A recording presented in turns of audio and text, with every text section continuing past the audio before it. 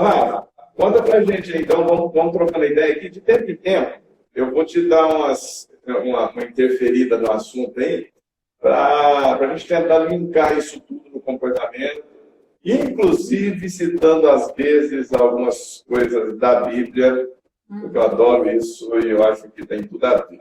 Sei que você também gosta muito, Sim. né? E a gente vai trocando umas figurinhas aí. Vamos lá.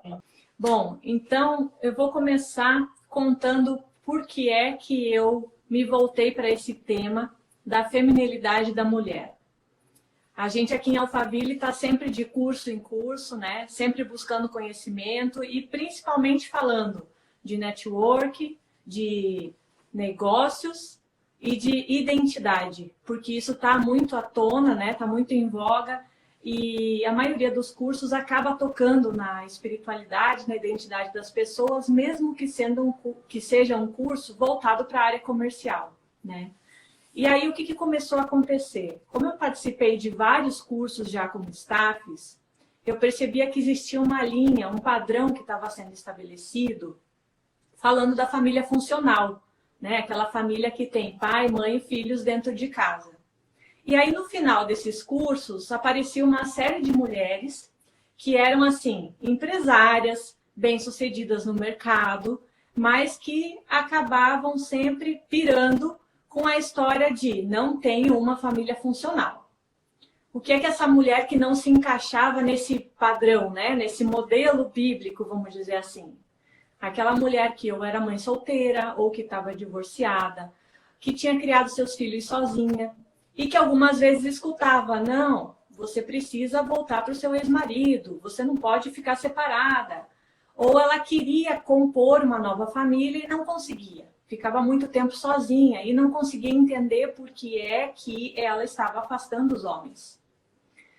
E aí eu comecei a atender essas pessoas e perceber que existia uma lacuna, aonde essas mulheres não conseguiam buscar esse conhecimento. Muitas vezes elas não entendiam por que estava acontecendo aquela situação delas estarem sozinhas e não conseguir um companheiro, às vezes por muitos anos. Casos assim de 5 anos, 10 anos, 15 anos sozinha, até o ponto em que ela diz para ela mesma, não, é porque Deus quer que eu fique sozinha. E a gente tem também aquela faixa dentro das igrejas do eu escolhi esperar, né? O politicamente correto, que a pessoa precisa viver em santidade. E aí a mulher que está lá dentro da igreja senta e espera, mas espera a vida inteira até ficar velha e continua sozinha, porque ela continua sentada esperando porque ela não faz nada. Então, diante de todo esse contexto, eu comecei a trabalhar com essas mulheres e comecei a perceber que realmente acontecia uma situação de afastamento delas com a sua identidade feminina, com a identidade, o padrão bíblico, né? Aquilo que Deus planejou para a vida delas.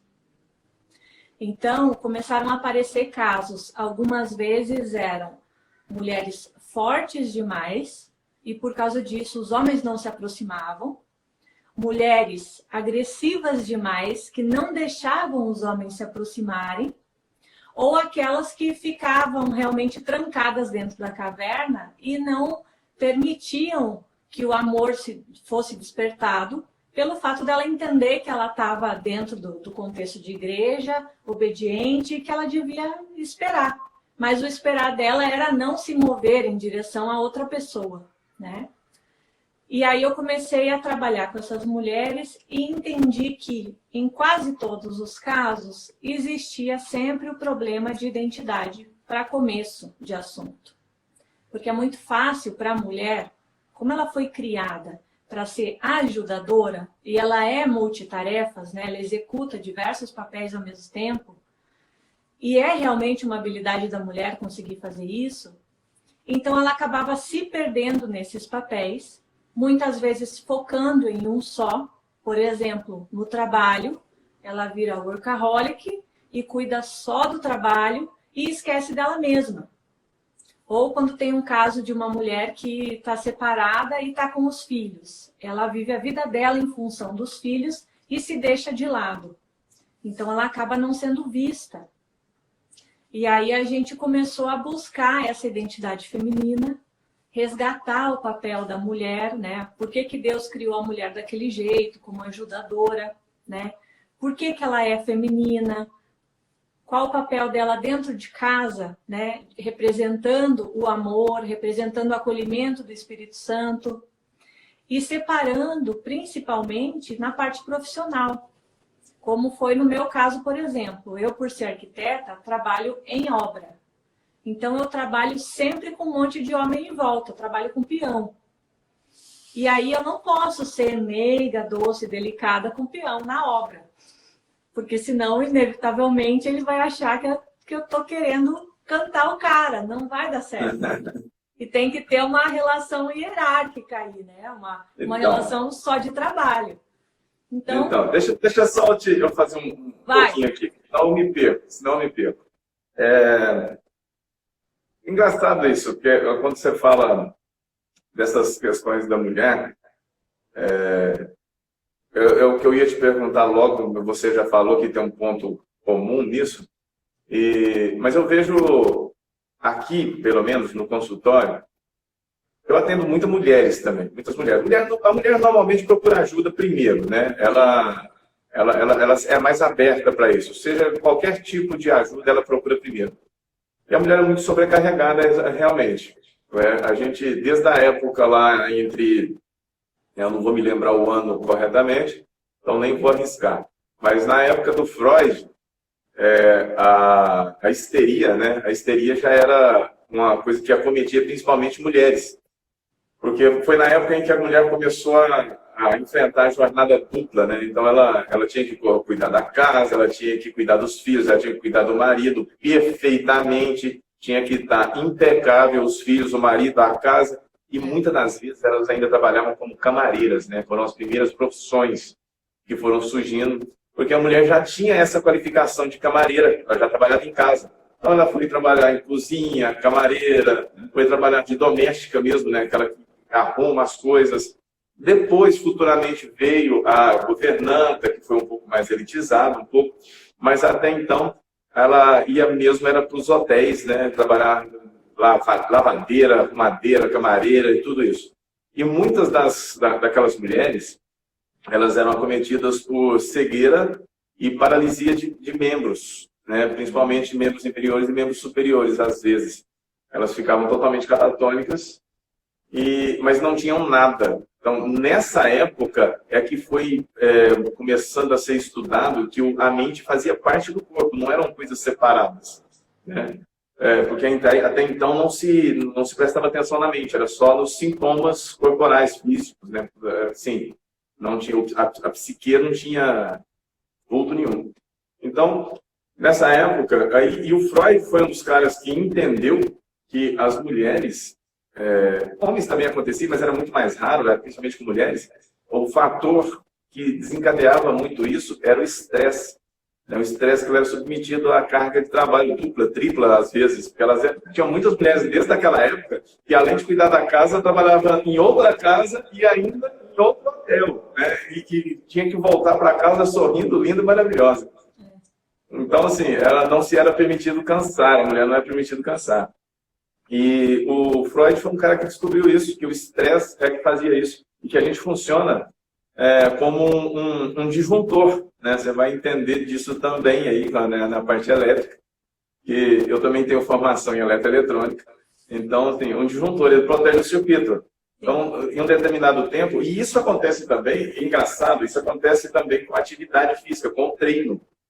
Porque se você treina muito, ou se cansa muito, em um determinado tempo, você sobrecarrega o circuito e o disjuntor atua. Para de produzir, para de funcionar. Ele desliga até que você se refrigere e volte ao normal. O Freud descobriu isso naquela época, foi taxado de louco também, ainda bem, porque louco muda o mundo. Né? Eu adoro quando a pessoa fala, você está doido? Fala, cara, você é meu amigo de infância. Adorei. Então, adoro quando falo isso. E a Catherine também, que é minha esposa, ela também adora. Hoje em dia, assim, quando alguém fala você é louco, já fica, dá até briga. Não, sou eu que sou louco. Não, eu que sou louco. Então a gente até gosta, né? A gente gosta muito disso. Mas então, naquela época, já tinha isso como característica base, né? O estresse. E esse estresse ele vem aumentando de lá para cá de várias formas, né? De várias formas, as pressões, a pressão da igreja, a igreja ficou muito, como é que eu vou dizer, sem machucar ninguém? Legalista, religiosa. Ela perdeu a condição, eu acho que ela perdeu um pouco da humanidade em si mesmo, ela perdeu essa coisa da humanidade e do amparo, ela perdeu muito isso. Ela ficou muito comercial, essa é a verdade. Então, assim, a briga hoje é para se encher templos, né? Cada vez são templos maiores, mais luxuosos, cheios de... Parece uma boate os templos hoje, né? Eles parecem uma boate, tem neon, aquelas coisas todas, e cada vez maiores... E os pastores, né, os líderes religiosos, eles vão em busca mesmo de ovelhas, mas que são apenas números para contribuir, para manter essa igreja funcionando e dar dinheiro cada vez mais. Então, assim, a pressão da igreja é muito grande, principalmente com essa mulher que fica sentada lá, esperando algo acontecer e ela não pode sair da linha, porque se ela sair da linha, todo aquele padrão que foi construído da submissão da mulher, da subserviência, todo aquele padrão começa a desmoronar na cabeça dela. Então, eu realmente concordo com você nesse sentido. Eu até brinco com as pessoas, eu falo muito isso aqui na academia. Mulher, eles falam que a mulher é um sexo frágil. Eu acho que o homem é muito mais. Porque o homem, ele precisa procurar. A mulher normalmente espera ser procurada. E ela é. Agora, tanto isso prova que você acabou de dizer, que se você telada um pouquinho numa obra, alguém confunde. Então você precisa sempre ter uma posição. O homem, por outro lado, ele procura e praticamente não acha. Né? Não é bem assim. Não é bem assim. Né? O homem não acha fácil, não. Ele procura muito e não acha. E quando ele acha, se ele acha essa mulher forte, se ele se enche de coragem, vou conversar com ele. Quando ele chega, se ela fala, oi, tudo bem? Primeiro do que ele, pronto, acabou, desarmou tudo. Peraí, eu não estava preparado para isso. Né? Então, isso acontece muito, realmente. E essa mulher, ela acaba ficando cada vez mais isolada. Por consequência disso. Porque elas assustam os homens, eles não estão acostumados com isso. Mas, por um outro lado, a gente tem todo um problema daquela coisa de perder-se os papéis, eu vejo. Algumas pessoas falam que eu sou um pouco machista. Eu não acho que eu seja machista. Eu acho que eu sou realista. Se brigamos por direitos iguais, são iguais. Não são iguais de vez em quando ou dependendo da situação. Né? Mas aceito, tudo bem. As pessoas pensam o que quiserem. Né? Mas vamos lá, continua mais aí. Pessoal, manda mais aviãozinho aí, ó. Manda mais uns aviãozinhos aí, que vocês estão com preguiça hoje, hein? Pelo amor de Deus, vamos lá. Então, e eu acho bem interessante esse papo, né, de você ter comentado que a mulher realmente assusta o homem, né? Porque ela não percebe. Esse tempo que a gente vive hoje, né, o mundo moderno, ela precisou se reinventar, né? Principalmente depois da Revolução Feminista e queremos direitos iguais, entrou no mercado de trabalho, ela realmente entende e acha que ela precisava fazer tudo como o homem. Só que a essência da mulher não é essa. Ela não tem a mesma força que o homem, ela não tem o mesmo tom de voz, ela não tem a mesma capacidade produtiva. Não que ela produza menos, mas cada um tem um papel diferente, né? Se fosse para ser iguais, exatamente iguais, não seria homem e mulher. Se existe essa diferença, é porque Deus deu para cada um deles alguma coisa em especial. E não é só... Lá atrás eu falo, né, que vai viver com seu marido e ele vai trabalhar, né, no suor do seu rosto. Eu não gosto dessa parte da Bíblia, eu podia ter falado que a mulher ia trabalhar também. Aí mas pense bem. Vamos falar assim, a mulher virtuosa, que é o modelo bíblico e que, teoricamente, as mulheres deveriam seguir. Você já parou para prestar atenção o quanto essa mulher trabalha? Ela trabalha muito mais que o marido dela, por exemplo. Eu até comento com o pessoal, isso parece para a gente que trabalha no Estado, isso parece um evento. Tem o principal que sobe no palco, mas tem aquela galera que rala pra caramba por trás, poder fazer aquele cara subir no palco e falar, e aí, gente? Bater palma. Então, é mais ou menos isso. A mulher é o Estado. A mulher está sempre por trás ali. Raramente ela aparece. Quando ela aparece, ela assusta. Mas raramente ela aparece. Se a gente olhar na história, são poucas mulheres que têm uma imagem forte assim, de poder. São poucas mulheres. Né? A história conta muito mais a história dos homens do que das mulheres. Mas, com certeza, quem escreveu essa história devia ser uma mulher que estava lá enquanto o cara estava fazendo graça lá na frente. Então, é bem assim.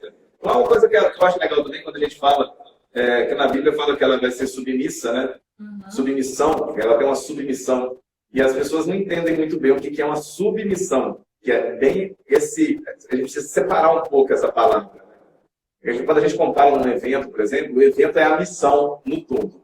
E aí a gente tem o camareiro, a faxineira, o recepcionista, o cara que vai fazer a entrega. Cada um tem uma submissão dentro da missão. Então, não quer dizer que ninguém é mais importante do que ninguém.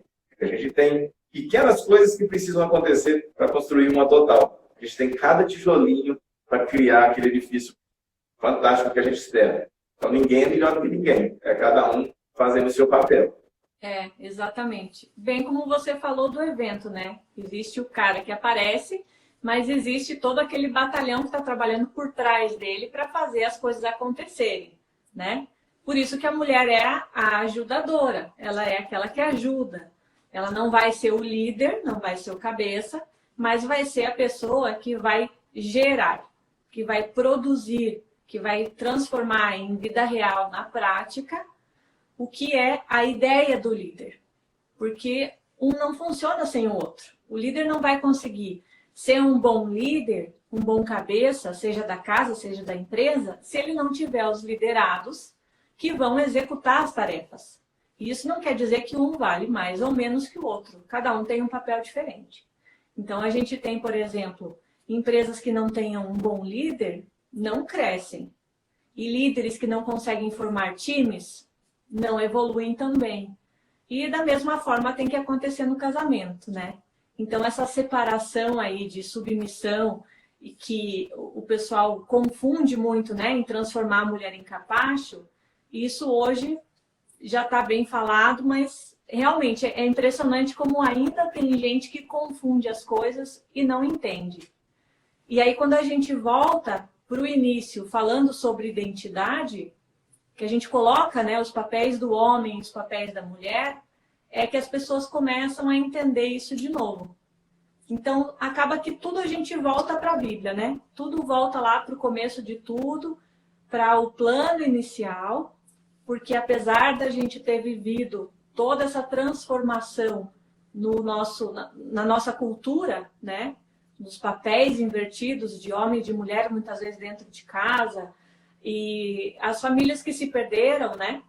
A gente acaba focando de volta na Bíblia para entender, peraí, o plano original era esse, então, se eu seguir dessa forma, quer dizer que eu estou dentro do princípio, vou conseguir cumprir o meu propósito, é assim que foi planejado, então esse caminho deve funcionar.